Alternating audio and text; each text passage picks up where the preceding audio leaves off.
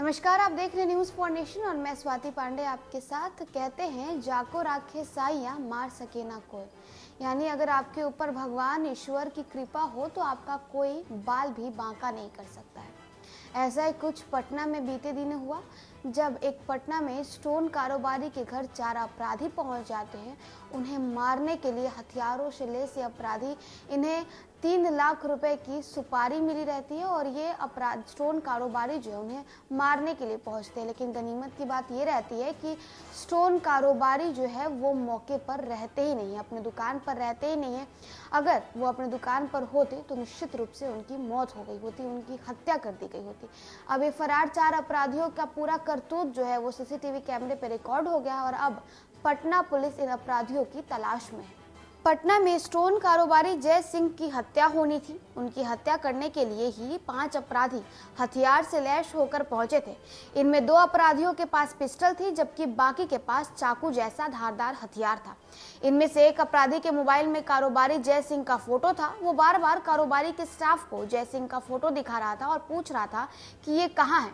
अगर शनिवार को मौके पर कारोबारी होते तो निश्चित तौर पर अपराधी अपने खतरनाक प्लानिंग को अंजाम देने में कामयाब हो जाते। ये पूरी कहानी पटना में कंकड़बाग थाना की पुलिस की जांच में सामने आ चुकी है। थानेदार रविशंकर के अनुसार पकड़े गए एक अपराधी से पूछताछ में सारी बातें सामने आ गई है। हर एक अपराधी को 60-60 हजार रुपए दिए जाने थे। कुल 3 लाख रुपए की सुपारी दी गई थी। पकड़े गए अपराधी को रविवार को जेल भेज दिया गया है। पूरा मामला शनिवार की सुबह 9:45 के करीब का है। कंकड़बाग की पीसी कॉलोनी में स्टोन कारोबारी जय सिंह किराए का फ्लैट लेकर रहते थे और मूल्य रूप से छपरा के रहने वाले हैं। उसी में उनकी स्टोन बिहार नाम की होलसेल दुकान है। यहाँ से पटना और बाहर के दुकानदारों को स्टोन की सप्लाई करते हैं। अब घर में उनके साथ 2 स्टाफ रहता है। उनकी होलसेल दुकान हर दिन सुबह 11 बजे खुलती है, लेकिन उसके पहले एक कर 5 अपराधी पहुंचे। पहले गेट नॉक किया, जिस स्टाफ ने गेट खोला उसे धक्का देकर अंदर कर दिया और फिर सभी अपराधी घुस गए। सीसीटीवी में साफ दिख रहा है कि अपराधियों ने कुछ भी लूटपाट करने की कोशिश नहीं की, सिर्फ उन्हें जय सिंह की तलाश थी। पर उस वक्त किसी काम से वे बाहर गए हुए थे। घर में उनके 2 स्टाफ के अलावा इलाज के लिए पटना आए मम्मी पापा और भाई थे। जय सिंह की तलाश के दौरान अपराधियों ने उनके स्टाफ से मारपीट की थी, जिससे एक स्टाफ के सिर पर पिस्टल की बट से वार किया था। इस पूरे प्रकरण में शक की सुई स्टोन का ही कारोबार करने वाले दूसरे कारोबारी पर घूम रही है। शक है कि जय सिंह के करीब 11 से 12 लाख रुपए दूसरे कारोबारी के पास है। उसे बचाने के चक्कर में पूरी साजिश रची गई है। पुलिस ने दावा किया है कि कारोबारी की हत्या की सुपारी देने वाले का नाम उन्हें पता चल गया है। बाकी के अपराधियों का नाम भी उनके सामने आ गया है।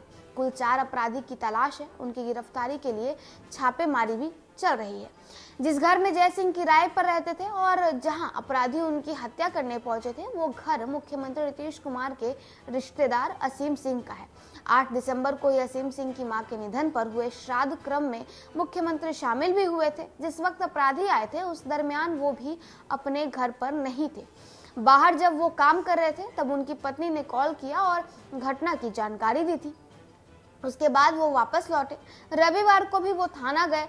पुलिस ने जल्द ही पूरे कांड का खुलासा करने और अपराधियों के पकड़े जाने का भरोसा दिया है।